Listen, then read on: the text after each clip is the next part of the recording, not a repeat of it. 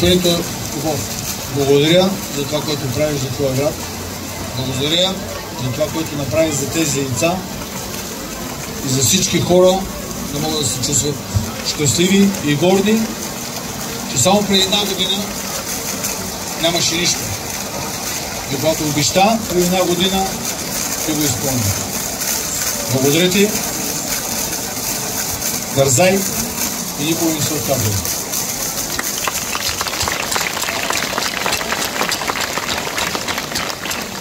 Щастлив и горд съм да съм тук с един човек, който прослави не само Америка, целия свят.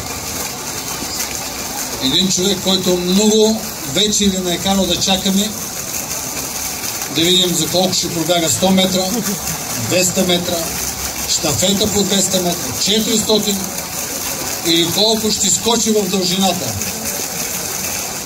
Карл Луис.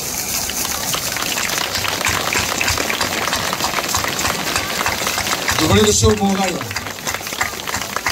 Добре дошъл в Пазарджик. Една малка държава е раждала и ще ражда велики шампиони.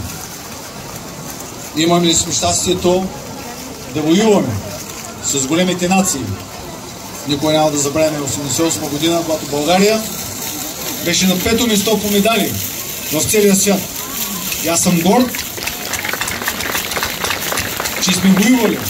И това съм още по-горд, че днес ти удостои тази мечта на много наши българи, на много наши приятели. Позволи ми от мое име, от моето семейство, да ти поднеса нещо, което аз следвах много години. Както ти следваш и твоите златни медали и станеш олимпийски шампион, аз така мечтаих да стана носител на златна топка. Затова тази златна топка е златна и е лично за теб от мен за теб.